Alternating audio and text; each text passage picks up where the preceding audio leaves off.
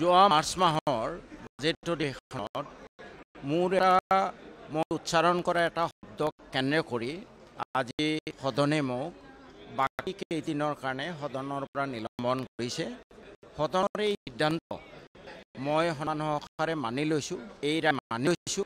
কিন্তু তাৰ লগতে মই সদনৰ দৃষ্টিগোচৰ কৰিব খোজোঁ যে বিগত সময়ছোৱাত উপাধ্যক্ষ নুমল মমিন ডাঙৰীয়াৰ যি ধৰণৰ পক্ষপাতিত্বমূলক আচৰণ, কোনোবা সদস্যজনে নিজৰ চিটৰ পৰা আবুত নাচৰুত ঘটনা খেদি মাৰিবলৈ অহাৰ পিছতেও ছাছপেণ্ড নকৰা বা শাসক পক্ষ আৰু বিৰোধী পক্ষক যি ধৰণে বৈমাতৃসুলভ তেওঁ আচৰণ কৰে, সেই কথাটো তেওঁলোকে বিচাৰ্য বিষয় কৰি লওক।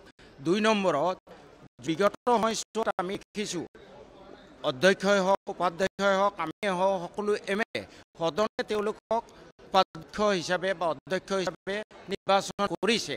গতিকে মই সদনক অনুৰোধ জনাওঁ যে এই সদনৰ মৰ্যাদা গৰিমা ৰক্ষা কৰাৰ কাৰণে বিগত সময়ছোৱাত নুমল মমিন ডাঙৰীয়াই যি ধৰণে অশালীন ব্যৱহাৰ কৰে বিধায়কসকলক, সেই অশালীন ব্যৱহাৰে আমাৰ সদনৰ মৰ্যাদা লাঘৱ কৰে। গতিকে মই বিচাৰিছোঁ যে তেওঁৰ এই পক্ষপাতিত্বমূলক আচৰণ আৰু বিধায়কসকলৰ প্ৰতি কৰা অতি অশালীন নিম্ন ৰুচি সম্পন্ন এই আচৰণৰ বাবে তেখেতক অতি সোনকালে বিধানসভাৰ উপাধ্যক্ষৰ আসনৰ পৰা অপসাৰণ কৰক।